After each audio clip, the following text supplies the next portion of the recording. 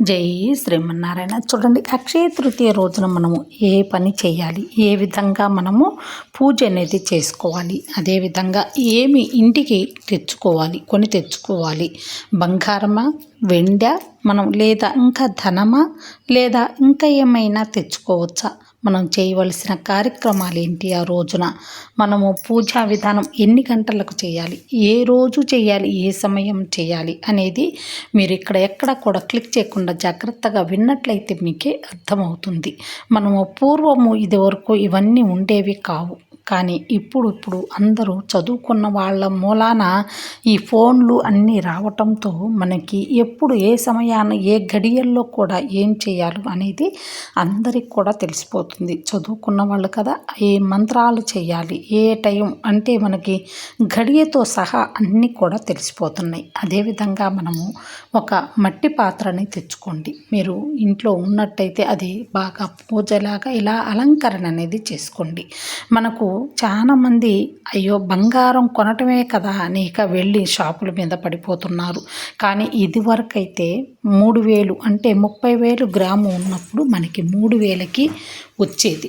ఇప్పుడు లక్షలు దాటిపోయింది. పోయిన సంవత్సరం ఈ టైంలో మీకు 60,000 అలా ఉన్నది, 50,000, 60,000, కానీ 5,000కు కాసు బంగారం వచ్చేది గ్రామ్ అనేది.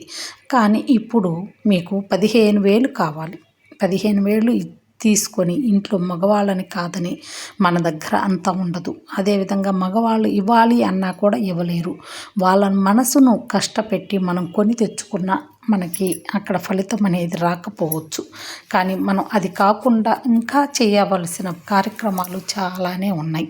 మనం ఆ బంగారం కొని నిల్వ చేసే పద్ధతులే కాకుండా మీరు ఇంకా ఇంట్లో ఉన్న బంగారాన్ని పాలల్లో కడిగి మీరు కొంచెం పసుపు కుంకుమ కొద్దిగా అలంకరణ చేసుకొని మీరు అక్కడ పూజా మందిరంలో ఆ బంగారాన్ని పెట్టుకొని పూజ చేసినా సరిపోతుంది.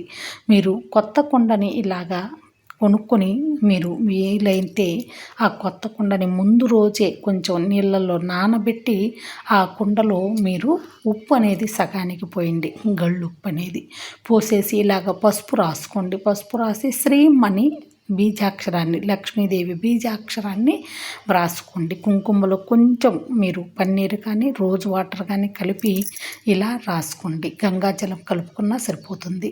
ఇక్కడ మీరు వీలైతే చిల్లర డబ్బులు ఉంటాయి కదా, రూపాయి కాయిన్స్, అవి వేసుకున్నా సరిపోతుంది. లేదు మాకు 2 కుండలు ఉన్నాయి అనుకున్న వాళ్ళు ఒక కుండలో చిల్లర నాణ్యాలు కూడా పోసి మీరు పూజలో పెట్టుకోండి. నేను తర్వాత లాస్ట్ దాకా ఉంటే మీకు ఎక్కడైనా క్లిక్ చేయకుండా ఉన్నట్లయితే నేను అవి ఏం చేయాలో కూడా మీకు నేను చెప్తానన్నమాట.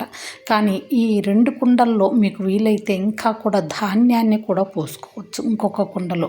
అయితే మీరు తెచ్చుకున్న వాటిని ఇలా శుభ్రపరుచుకొని శ్రీమని రాసుకున్న తర్వాత రూపాయి కాయిన్స్ పోసుకొని అందులో మీరు అలా పూజా మందిరంలో పెట్టేసుకోండి. ఆ తర్వాత మనకి మళ్ళీ ఇంకొక కుండ తీసుకొని సగానికి ఉప్పు పోసేసి ఉప్పు పైన మీరు ఏదైనా పట్టు వస్త్రం అంటే రెడ్ది కానీ, లేదంటే నేనైతే ఏం చేశానంటే కుబేర యంత్రాన్ని వేసిన క్లాత్ ఒకటి ఉంది. నేను కుబేరు ముగ్గు కూడా వేసుకున్నాను. కుబేరుడి దగ్గర ముగ్గు వేసి ఆ ముగ్గు పైన మనం ఈ ధనం ఉండే ఇదివరకు పూర్వము మనకు పెద్దవాళ్ళు మీ ముత్తాతలు జేజనాన్నలు మీకు ఉన్నట్లయితే అది వరకు ఏ వస్తువులు వాడేవాళ్ళు అని మీరు కనుక్కున్నట్టయితే ఖచ్చితంగా మీకే అర్థమయ్యేలాగా చెప్తారు. ఇప్పుడు ఇదివరకు గాదెలు అనేవాళ్ళు. గాదెలు అంటే మనము గరిసెలు గాదెలు అనేవాళ్ళు. పెద్ద కుండలు అంటే 2-3 మనుషులు పట్టే కుండలు లాంటివి తీసుకునేవాళ్ళు. ఒక దాంట్లో వడ్లు, ఒక దాంట్లో జొన్నలు, ఒక దాంట్లో రాగులు, ఇలాగా ధాన్యాన్ని దాచుకునేవాళ్ళు. ఆటల్లోనే డబ్బులు కూడా దాచుకునేవాళ్ళు కొంతమందికి ఇనుప పెట్టెలు అంటే ఇనుముతో తయారు చేసిన బీరువాలు ఉండేవి. అంటే బీరువా కాకుండా చిన్నది ఇనప పెట్టె లాంటిది ఉండేది. ఆ ఇనప పెట్టె లోపల ఒక లోపల ఉండేవి, అందులో దాచుకునేవాళ్ళు అది వరకు. ఇప్పుడు బీరువాలోనే ఇనప్పెట్టె వస్తుంది. మనం విడిచిన గుడ్డలు అందులోనే పెడుతున్నాం. అంటే పట్టు చీరలు ఉతక్కం కదా, ఇక ఆ బట్టలు అన్నం తింటాము, అదేవిధంగా అన్ని పనులు చేస్తూ ఉంటాము. వీలైతే బాత్రూమ్ కూడా వెళ్ళిన ఆ పట్టు చీరని మళ్ళీ తీసుకువెళ్ళి ఆ పెట్టెలోనే పెడుతున్నాం. అలా కాకుండా మీరు ధనం దాచుకునే ఇనప్పెట్టె లాంటిది ఒకటి మీరు సపరేట్‌గా పెట్టుకోండి. ఒకటి బట్టలకి, కొత్త బట్టలు పట్టు చీరలకి అలాగా ఒక బీరువా పెట్టుకోండి. మీరనొచ్చు, బీరువాలో మాకు ఇనప్పెట్టె లాకర్ అనేది ఒకటుంది. మధ్యలో ఆ లాకర్‌లో మేము ఇవన్నీ దాచుకుంటాము అని. ఒకటే తలుపు కాబట్టి మీరు ఆ బీరువాలో బట్టల వరకే పెట్టుకొని లాకర్ లాంటిది చిన్నది చేయించుకొని పెట్టుకున్నా పర్వాలేదు. కానీ అలాగ పెట్టుకున్నా కూడా మీకు ఇలాంటివి పెట్టుకుంటే ఆ ధనానికి ఆటికి కూడా మీకు ఏమీ కూడా జరగకుండా ఉంటాయన్నమాట. అంటే మనకి ధనము పారిపోకుండా, లక్ష్మీదేవి అంటే మీకు తెలుసు కదా, సెంచల గుణము కలిగిన ఆమె అని. అంటే ఆమె ఒక్క చోట నిలబడదు. మీరు ఎంత శుభ్రపరిచినా, ఎంత నియమాలు పాటించినా కూడా ఆమె ఒక్కసారి ఉంటే మరొకసారి ఇంకొకళ్ళ ఇంటికి వెళ్ళిపోవాలని ఉంటుంది. ఆమెకు మనసు కుదురుగా ఉండదు. అందుకనే కాబట్టి మనము ఎప్పుడు కూడా ఈయన మాత్రము కుబేరుణ్ణి మనం ఎంచుకొని కుబేరుడి దగ్గర పెట్టుకోవాలి ధనాన్ని కూడా. మనం ముందు రోజుగా మీరు తృతీయ రోజున ఈ కుండని మనం శుభ్రం చేసుకున్నాం కదా, ఆ కుండని నేను అక్కడ మనకు కుబేర ముగ్గు అనేది వేసుకున్నాను. అది కుబేర ముగ్గు. ఇక్కడ కుబేర యంత్రం, ఆ యంత్రాన్ని దాంట్లో మనము కొన్ని అవి గింజలు, మళ్ళీ లక్ష్మీదేవి గవ్వలు, తామర గింజలు, రూపాయి కాయిన్స్, పసుపు, కుంకుమ ఇవన్నీ కూడా మనం ఆ ఉప్పు పైన పెట్టాలి. ఉప్పు పైన పెట్టి మీరు పూజ అనేది చేసుకోండి. చేసుకున్న తర్వాత ఇవన్నీ కూడా నేను ఎక్కడ పెట్టాలో చెప్తాను. ఇప్పుడు మనకి కుబేరుని విగ్రహం ఇది. కుబేరుణ్ణి కాపలాగా పెడుతుందట లక్ష్మీదేవి. ఆమె ఉన్న చోట కూడా ఉండకుండా ఆ ధనానికి కూడా అధిపతిని చేసి ఆ కుబేరుణ్ణి అక్కడ కాపలా పెట్టి ఆమె వెళ్ళిపోతుంది. చెప్పాను కదా, ఆమె ఒక చోట ఉండదు, వెళ్ళిపోతూ ఉంటుంది, మళ్ళీ వస్తూ ఉంటుంది, మళ్ళీ వెళ్ళిపోతూ ఉంటుంది. అలాగా ఆమె తిరుగుతూ ఉంటుంది. కాబట్టి ఆయన్ని కాపలాదారిగా పెట్టింది.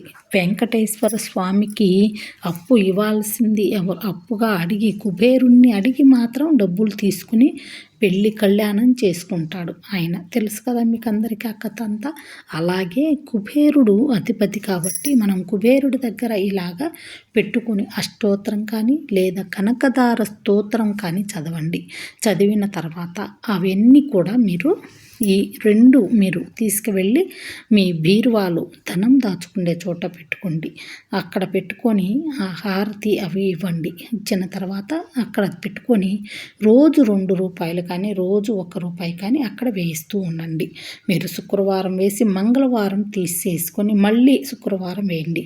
ఉప్పు ఒకసారి నెలకొకసారి కానీ లేదంటే 10 రోజులకు ఒకసారి కానీ మారుస్తూ ఉండండి. అలా చేస్తూ ఉంటే లక్ష్మీదేవి స్థిరంగా ఉండటమే కాకుండా మీకు ధనానికి, ధాన్యానికి అస్సలు లోటు ఉండదనమాట.